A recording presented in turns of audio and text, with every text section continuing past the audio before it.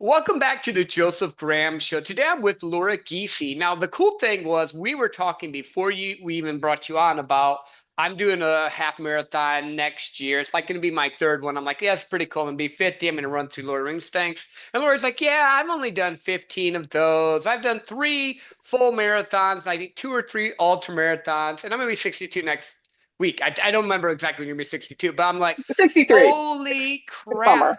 63. Holy crap, Batman. That's like crazy cool. So we're going to start there because I'm just intrigued by it. Have you always been a runner or did you just jump into it and just one day decide I'm going to go for a run like Forrest Gump? How did you get into it? Well, kind of a crazy story. In 2001, I was in a car accident that did me pretty well. I mean, like it did me in. I ended up with a bulging disc in my lower back and a ruptured disc in my neck, but it took the doctors 8 months to figure that out. Ooh.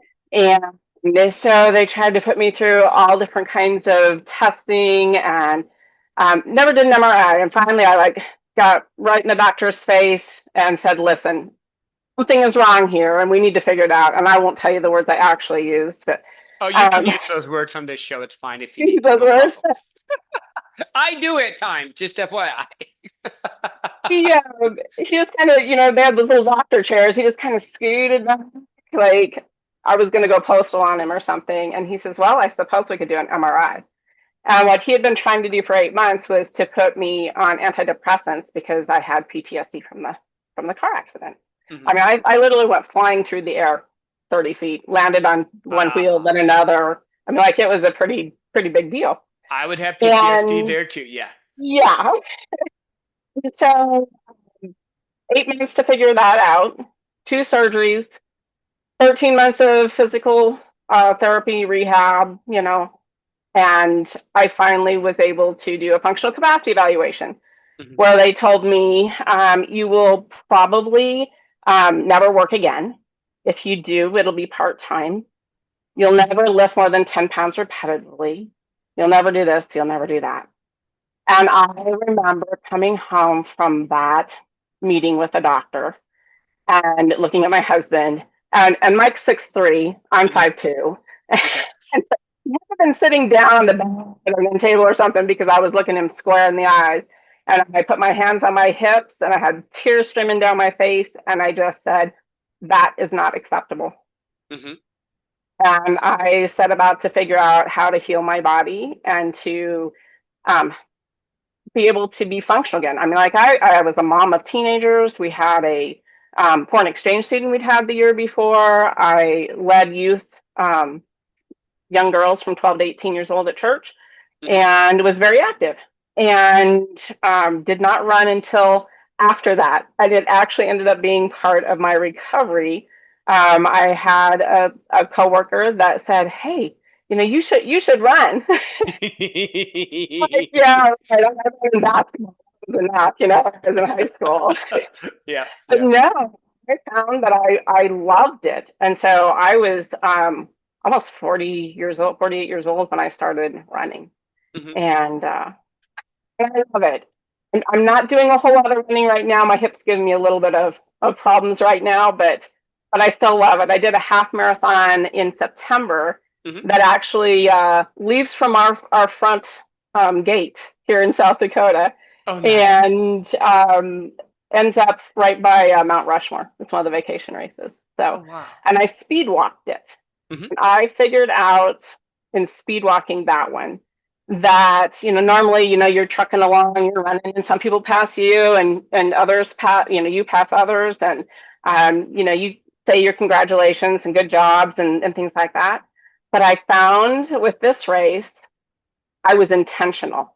Mhm. When I'd speed walk and catch up with somebody or they'd catch up with me, I'd start a conversation and we would Mhm. have conversations. And I enjoyed that so much. It was probably one of my favorite races. And half marathons are my favorite anyway. It's just tough enough that it's hard to do Mhm. and not so hard like the marathons, the ultra marathons that are so hard on your body.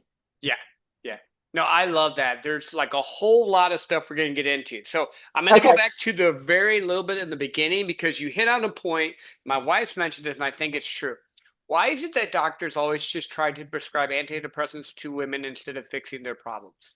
That is something that needs to get fixed. I'm not asking, like, if you have an answer, I'm all ears, but I've noticed this, like with her, Yeah. with my mom, it's like, oh, it's a woman. We're just going to give them an antidepressant. And that's not cool in my mind at all. No, it's not cool. It was very frustrating. The fact that they didn't do an MRI right off the bat, I mean, I expected a whole myriad of tests right Mm-hmm. off the bat. And it was like the doctor didn't even listen to me.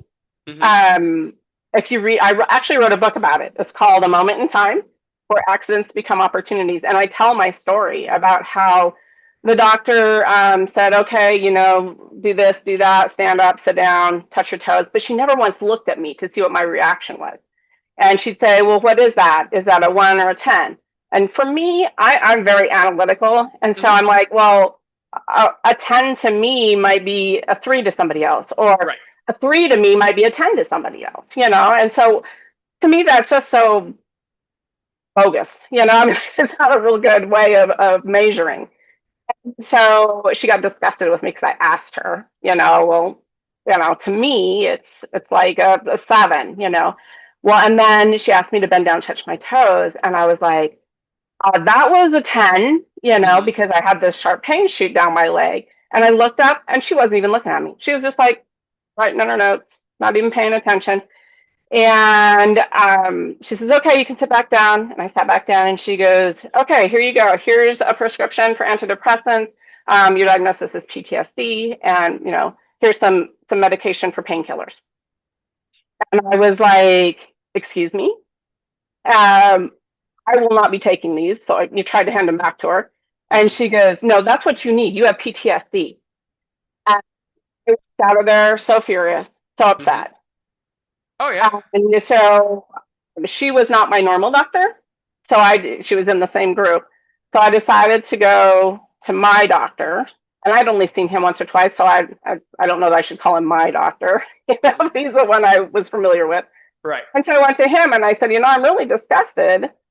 This is what's happening, blah, blah, blah. Anyway, he said, well, if you just take the medications, you'd be just fine. I'm like, no, that's not going to fix anything. I am in pain. And the hard part about it was that nobody could tell that I was in pain. I didn't have a broken arm or a broken leg or, something like that, a big gash across my face, whatever that people could see. I was just physically in pain. And I was in so much pain that once they prescribed me some PT and massage therapy, Mm-hmm. I had to drive to the next town. We lived in Colorado at the time. And so I had to drive to the next town, and it took me 20, 25 minutes to get there. And I'd have the massage or PT, whichever I was doing, and I'd be on my way back home. I would literally have to stop and pull over the side of the road, sleep for 10 or 15 minutes so I could finish making it home because my Mm-hmm. body was just shutting down. It was Yeah. so tired. Yeah. Yeah. Yeah. It's something that definitely needs to be fixed. And that's why I didn't want to just glaze over that because that's such a it's so weird. Like my wife and I went in to a thing, and the doctor pretty much dismissed her.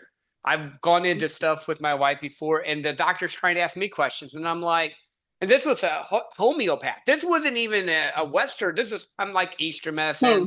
might be a Wow. little bit more intuitive. No, I'm like, this is dumb. I looked at him. I go, dude, she's right there. Ask her. Why are you asking me? Oh, I'm asking you how she's. I'm like, she's right there. Needless to say, Yeah. we don't go to that doctor anymore. Right. It just I don't go to makes no either one of sense. them Like, anymore. wow, that's dumb. But I love the tenacity. I even seen like your energy just pop up when they said you can't do X. You're like, screw that. I'm gonna do X and do 10 times X so that I can prove to you I can do this. So I love that. Have you always had that passion in that? My grandma had this. She had this like the 4'11" Irish woman, well, mostly Irish, short, mean. She liked me, but if you pissed her off, you didn't want to mess with her. Her second husband was a 6'4" Lithuanian dude, and she still ruled the roost. She was small, but like she just had that. Where did you get that from? Were you just that way always, or is it something you learned? As a kid, I'd say dynamite comes in small packages. But I think for me, it was a survival technique. Mm-hmm. Um, I home I grew up in, my dad and I did not get along, and it was not a good situation. And I left home at 16 and still graduated high school and went on and did some college and different things. But um, so I've always had that tenacity, but I think most of it was survival. I mean, like it Hmm. was, I call it my feisty shit side.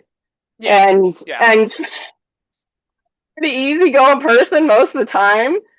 But kind of like your grandma, you Mhm. really pissed me off, and I'm going to like let you have it. Yeah. No, I love that. Yeah. You know what I've seen in most high achievers? And you What's just that? laid it out. Traumatic event. You just laid out two in the past 5 minutes. Maybe ADHD or dyslexia. That's not, has to be a chip Right. on their shoulder. They had to prove someone right.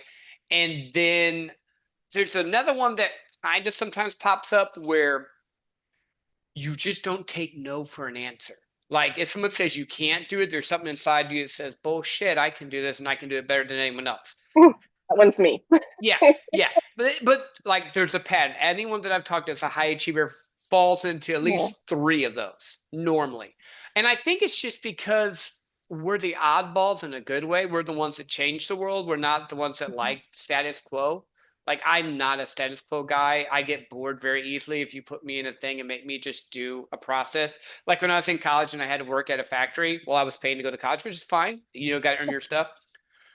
I was so bored out of my mind because like, and people have been there. I'm like, you've been here 20 years. Do you do this? Don't take that Yeah. wrong. And I have mad respect for people that can do it. It's Yeah. just not for me. So I And get we have that. to know our limits, right? We have to know, I mean, you have to understand what you're good at or figure out what you're good at. And if you don't enjoy what you're doing, you need to go find something else, you know? Which I did, and then I found something else, and then I'm like, oh wait, I just want to build a life I love. I don't, yeah. Yeah. Oh, that's rules for them. This is rules for me. Got it. I know that sounds bad, but there's just like people are like, well, how do you get to the level you're at? I'm like, real simple. I put in the work, the time, and the effort to get what I want. You can too. It's that simple. But people Yeah. don't like that answer because they think it's like, I'm sure, like, well, you've done ultramarathons. You must have been a runner forever, have never had a problem in your life. You're an overnight success. You just were born running. And in reality, you had to work at it. You had to develop the Good. muscles.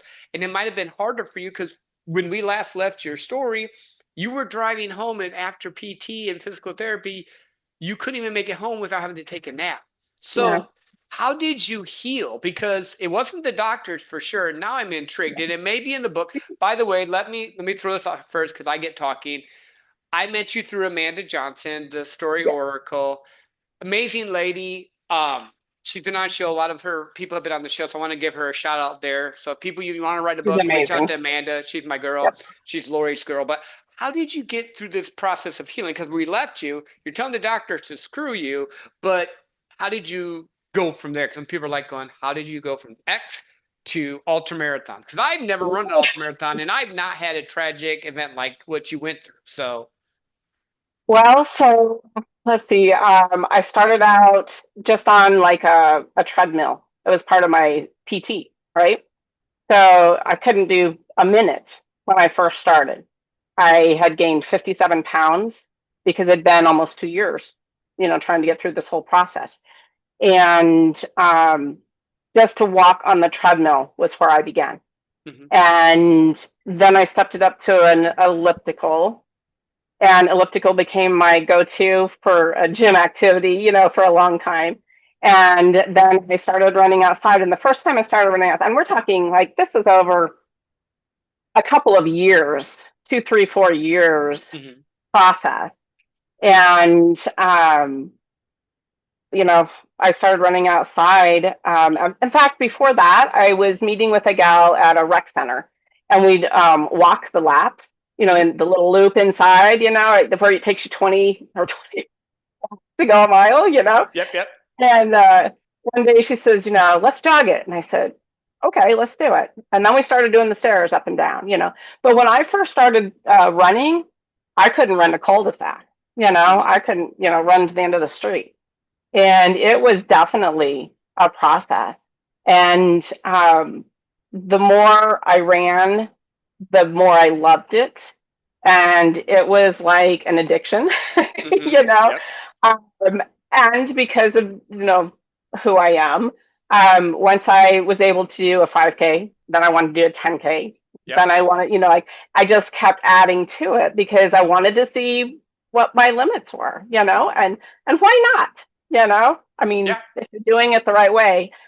But my first marathon, I was 100 feet before the finish line, and I had been running I had PR'd the half. I was on my way at about mile 18. Hmm. I started having some really bad, what I thought was cramping. And so I'd never ran more than 17 miles before, so I didn't know what I was So experiencing, yeah, I right? got you. Hmm. And I get 100 feet before the finish line, and from mile 16, 18, whatever, to that point, I had to stop walking or running and start walking. So I do intervals, Hmm. which, Yep. sometimes for those long races, that's what you do, you interval it. Um, but by the time I got there, I went to take off again to run, and this pain shot through my leg. And it was like the crowd, you could see everybody along the finish line there. It was like they went into slow motion. It was like I couldn't hear anything, like an old black and Hmm. white movie or something. Yep. And then all of a sudden, I hear this guy go, "You're almost there," and I'm like, I'm just trying to speed walk it as fast as I can. It's not the way I wanted to finish it. Hmm. And I take that step 100 feet before the finish line and I go down. Ooh. And what happened was I literally broke my femur. I had I had apparently not eaten enough protein along the way. And it fractured. I mean, just from the pounding of it. Yep. And Yep. I am like Wow. tenacity, right? I am laying on the ground trying to figure out why the hell I am laying on the ground because all I did was take a step. Hmm. And these two runners are the most amazing people. They Hmm. stopped. They could have, I mean, like they're 100 feet from their finish line too. Maybe it Right. was their PR. Yep. And they stopped. They helped me up. Yep. And I could hear my son at the finish line. Hmm. He's yelling at the guys, at the guards or whatever you want to call it, the security. Hmm. And he's saying, "That's my mom. That's my mom." I'm hearing that, Hmm. but it's not connecting that that's my kid that's Right. trying to get to me. And so he comes running over and he tells the two runners, "I've got it. Go ahead and finish your race." Hmm. And I looked at him and I said, still trying to figure out who he is, like I'm a Hmm. little whack. And I looked at him and I said, "I want to finish." And he's like, "Mom." And here comes the race coordinator over, and she's signaling for a wheelchair. And I'm like, "No." And Chris knows me, right? So he goes, "Okay, Mom." And we start three-legging, like I Hmm. start hopping. Yep. Yep. And she comes up and I said, "Do not make me sit in that wheelchair." I don't, and I'm crying. I'm like, Well, you "I just want broke your to femur. Yeah. finish." Yeah. I didn't even think it was that. It was the emotion of I could see the finish line. And if Hmm. I'd have had to, I'd have crawled to that finish Yep. line to Yep. get there. Yep. And so I get through, she decides to help. And so she helps me through the finish line. And I get my medal, and it was an older lady that was helping out. And she's got this big smile on her face, and she puts that medal around my neck. And the race coordinator says, "Will you sit in the chair now?" And I said, "Sure." I told you we're oddballs. We We do are. things that most people are like, what? I broke Yeah. my femur. I'm stopping. Most people, honestly, and this is what I want people to understand. Less than 6% of the population has ever run a 5K. If you've done a marathon, you're in the 0.01% of populations. Half marathon too. It's not like something a lot of people do. And then to go through the adversity and struggle, I'm starting to see the pattern of your life. Is you're like me in this. People do like four things. They fight, they flight, they fawn, or they freeze. Fawn is a new one they came up with. I don't know. Fawn and freezing to me, I think it's the same thing, but someone decided to make something new. You're a fighter, guaranteed. Like, and I know I am. Like, I literally know that if I get to a certain point, I'll start to get that feeling. So, like, and I've been married 24 years. So if I start to get in an argument with my wife, because this happened, if I start to feel like, hey, I know I need to walk away right now. I'm going to go for a walk because if not, I'm going to say stuff I shouldn't say because I know how I am. Like, I think it's just that tenacity in entrepreneurs in thought leaders and whatever term you want to put yourself into, that we just pushed through. Like, again, Yeah. 99% of people would have taken the wheelchair and be like, oh, okay. But I would be like you. I'm like, I'm 100 feet from that finish line. I don't care if I have to roll there. We're going to get across it. Um, Yeah. Yeah, yeah. exactly. So the next year, well, that was 2019. So of course, 2020 was COVID. Hmm. So they didn't have a race that year. So I put together my own virtual half marathon on the 1 year anniversary Hmm. and did that. And then the next year they opened the racing back up and I went back and ran that marathon again Nice. Well, just to kick the mountain's butt. here's my question, because you said you did an ultra marathon. I There's did. different versions of ultras. Hmm. What type of ultra marathon did you do? Did you do like a 50 mile, 100 mile? Like I know there's some crazy.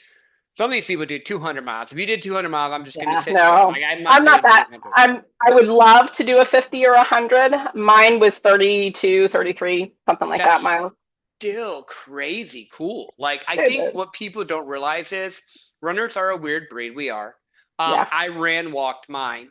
So when I Hmm. did it, I was like, I'm just the second time. First time my wife and I walked it together when we did it. It was like her one of the things she wanted to do, and it was in Kauai, and it was on her birthday, so it was great. This last time, I'm like, I'm gonna run a little bit, and then we'll see. And I had done a lot of walking and some fast walking, but I started running, and it like just kicked in. We got past mile 7, and I'm like, well, and I had maybe stopped once or twice to because like to take a picture or something because I miss Hawaii. I want to like there's cool stuff. I'm like, holy crap! I think a lot of it, and this is, I want to dig into the mental now. I think it's the mental fortitude inside of you because your body can push through a lot of stuff that people don't realize. And I think if you get your mental right, everything else falls into place. And that's kind of what I'm hearing in your pattern there too, because you still went through the suck.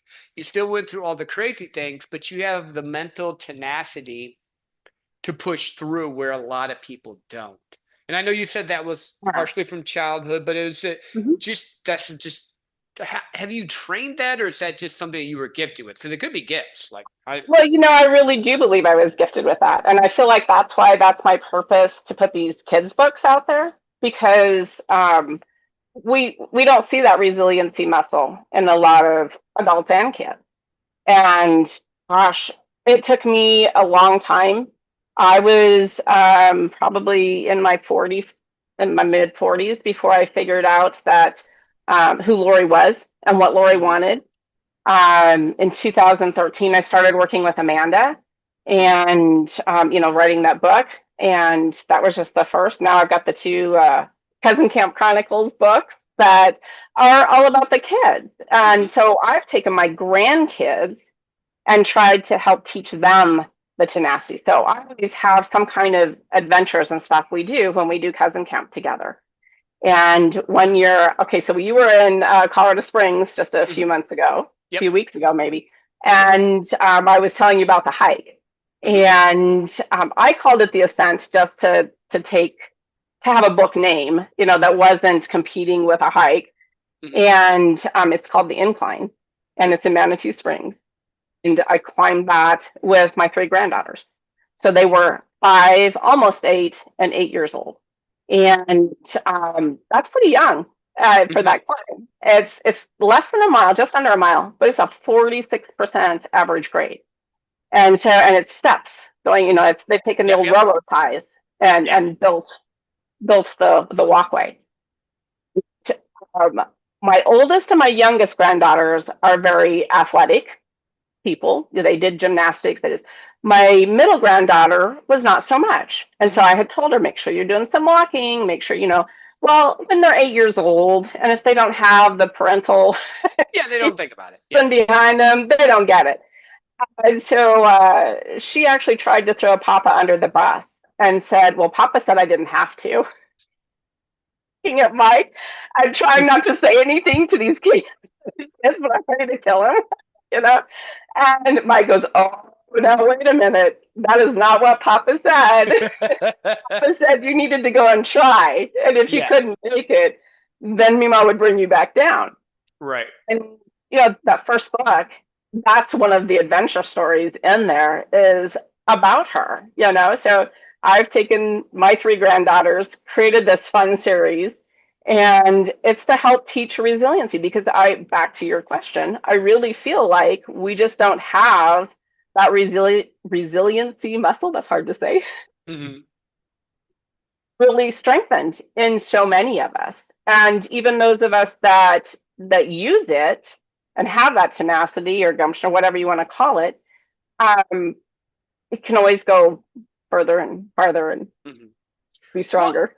I'm wondering this, because I believe you would fall into Gen X and I fall into Gen X. I think in a lot of ways, we were lucky we didn't have technology as much. Like we grew up in where it started coming in. Like I was in high school when it came out. Cool, great. 96, I think AOL, the computer, whatever. Right. But the thing that's crazy is I've noticed is that the more safe, secure bubbles we do, performance trophies instead of actually winning, it Drives me like, crazy.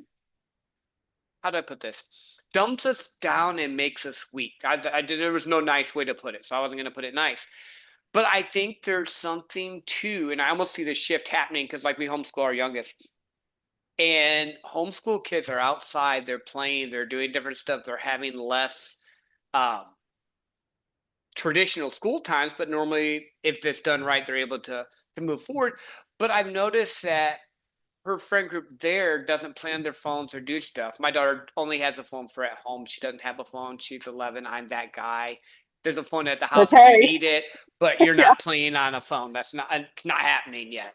Um, but I've noticed Yeah. that because she went to school for like one semester when we moved here because we were doing stuff and just the transition, we were like, okay, let's see if this works. And I was like, nope, it doesn't work. But I was just like, the tenacity, the difference is just so crazy. How Mhm. do you help people with their kids? I believe you said there were two kids' books. How do you help people's kids with that? I know you write the books. Do you market it? Do you go do teachings on this? Bring me into that world a little bit more because I know you didn't Okay. just write a book. I'm assuming, knowing you well enough, the little bit we've talked, you've done more than just write a book. And writing a book's amazing, so don't hear that. Oh, thank you. I appreciate that. No, after I finished writing the adult book, to the extent about my accident, I had this crazy idea that I wanted to tell that story. I had been thinking about the cousin camp that we had had and all the adventures. And, that cousin camp happened. Okay, those girls are now 17 years old, the two Mhm. oldest ones. So it was several years ago, right? And we've Yep. had many a cousin camp since then. Mhm. And so between the 20 years, 25 years I've worked with the youth, um, with doing homeschool with my kids for part of the time, being involved as a soccer parent, things like that.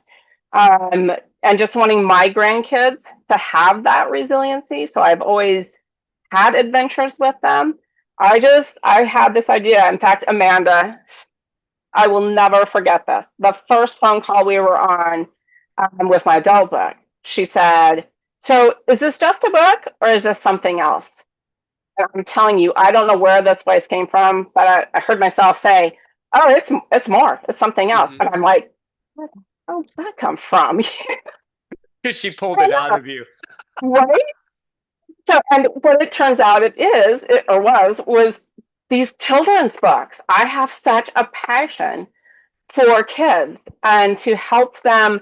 I don't want them to have to go through some of the things that I went through. Mhm. If they've got that resiliency muscle and they can push through or have a better frame of mind or, be stronger, why not? And I feel like if you have a resiliency muscle, you understand yourself a little better. You're not Mhm. just reacting. Yeah. Yeah. Well, you It, have to go through that. I think that, like, looking back, and when I was younger, I didn't like this. So I grew up on the wrong side of the tracks, so to speak. My family was poor when we first grew up, and then my parents built a life and got better, improved over time, and moved up into the class, which is great, which is probably where I got my tenacity from. But I remember getting yard sale clothes, and I remember being the small, skinny kid with glasses that would get picked on. And looking back now I talk to CEOs and CFOs of multi-billion dollar companies, and I don't give a about their thoughts because I'm so confident in who I am now. But yeah, young me, was always trying to please people, help, but I had to Hmm. go through the crap to get the resiliency. And people don't like that because they think everything should be Saturday afternoon cartoons and it's just easy and everyone gets along. But in reality, I think the hard times make us into who we really are because it shows our character. I agree. And then having Hmm. people like Amanda pull stuff out of you because she asked you that and it didn't go here, wait, here, and it just came out like, I'm going to Yeah, do this. And you're like, what? But then, because of how little I know you, once you say something, I'm going to assume you automatically do it because you keep your word no matter what. That's the other vibe I get yeah. from just talking with you a little bit. And you're just chuckling like, yeah, he's right. Oh, Because if you say something, I'm going to get it done. So, um, you've written two books so far or two kids' books so so far? it's the Cousin Camp Chronicles. So Hmm. I've written two. I've just started the third one. And the series will be 6 to 7 books. That's what I imagine. Nice. I love So it. So let's do this here real quick. We're not done, but because we're talking about your books and your stuff, where can people get them? Because I'm sure there's people listening going, hey, dummy, where can I get the book? So, they can get them on Amazon. And if you go to my website at www.cousin-camp-chronicles.com, mhm, you can go through there and get the link there awesome. also. And we'll drop those in the show notes and all that will make it easier. So if you're listening to this episode and it's not a reel, so it's an actual episode, check the show notes. It will be in there. Click and link on it because Lori writes amazing books and you need to read them.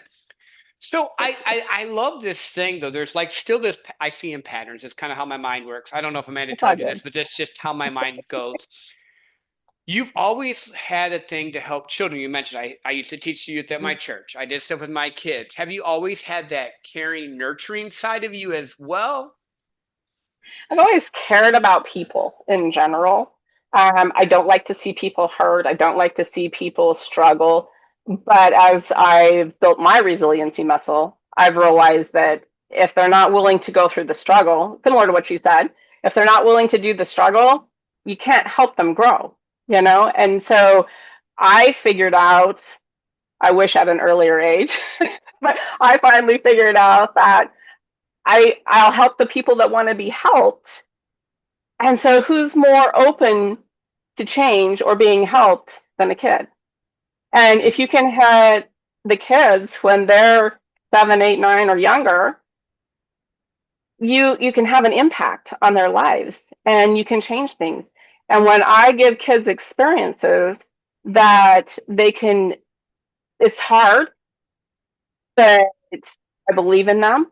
Mhm. I will help them along the way. And if we can't, it's okay. Yeah. There's no pressure, Mhm. you know, but let's try. Let's at least try. I mean, well, she's Charlie in the book, my middle granddaughter. I let them pick their own names, what they Oh, wanted to be. nice. So Charlie is not wanting to go up that mountain, and so the incline. I didn't know it at the time when I started, but I said, well, let's count 100 steps and let's just see how far we get. Mhm. And so we counted up 100 steps, and thank goodness there was 100 marker right there on the step, Oh, and nice. every 100 steps all the way up is Uh-huh. what. And so I said, let's have a drink of water. And she goes, okay, can we go back now? And I'm Mhm. like, you can still do 100. Right. And Yep. so, but you just encourage and, I don't know. No, no, I you love do that know. about kids. You do I love know. that about kids. Yeah, yeah. I think it's just pushing them enough. Like my son wanted to do wrestling. Mm-hmm. So I'm like, okay, once you sign up for a season, you finish.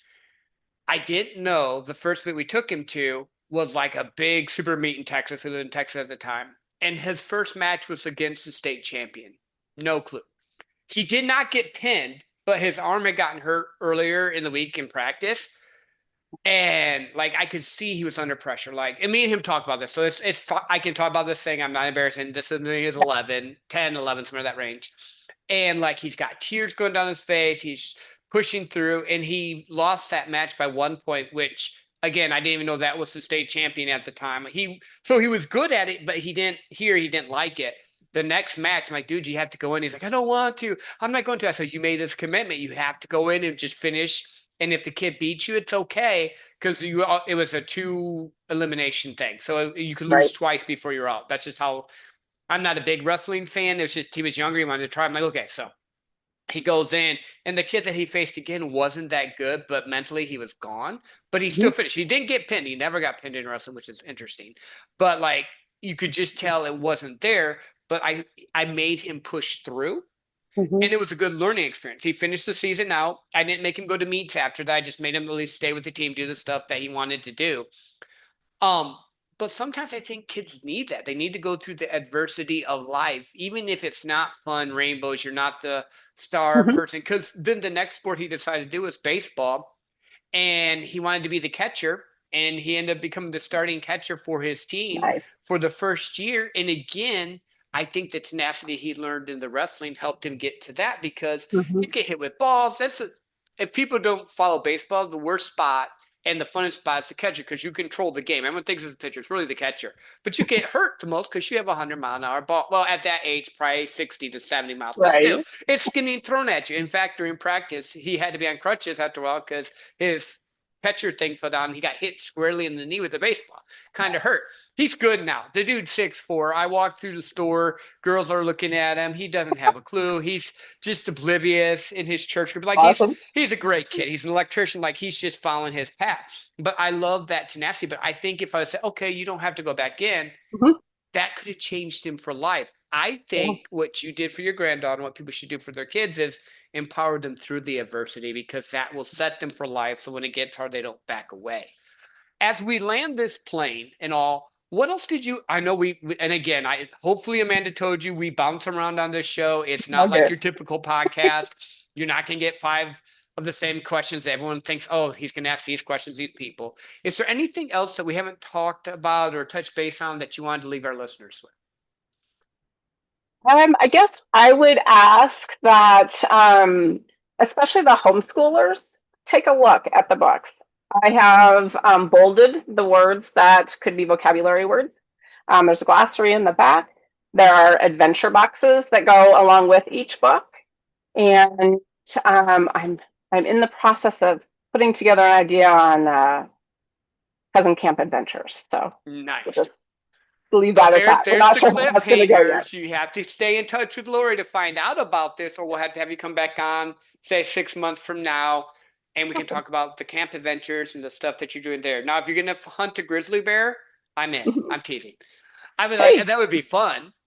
I like that too, but I do bow and arrow, so that's how we hunt. So Oh no, I love that. Actually, I suck at hunting. Full disclosure, I grew up in Michigan. Where I lived, you could only do shotguns, so I was the guy that would walk, so I didn't want to sit there. But my son got his first deer with his buddy 4 months ago, 3 months ago, nice. over in Oklahoma on their deer lease. So yeah, no, I'm all for it. I just suck at it. I'll fish all day. Yeah. Let me rephrase that. If I could go on like a guided elk hunt or do something like that with a rifle and it's, I think I would like that. But Michigan, you Yeah. had like a stupid little window. It was always cold. I'm saying that to you, and you live in North Dakota. I know. Sorry. Good. Anyway, I live in Lori. South Dakota, so not quite that Oh, cold. I'm sorry. So it only is -50 instead of -70. Yeah. I appreciate you being on here, Lori. Guys, go out and get the books, connect with her, and get the tenacity you need because at the end of the day, it doesn't matter if you're a kid, if you're in your 40s like me and Lori, when we start going, hey, we just are going to change this or whatever, start where you're at now because guess what? You can be one day older, one step closer to eternity, and you want to live a life that you love living. No rules, just the ones that work for you. Until next time, share this episode. Lori, I appreciate you being on here. And Thank you guys, for having me here. let's go be legendary.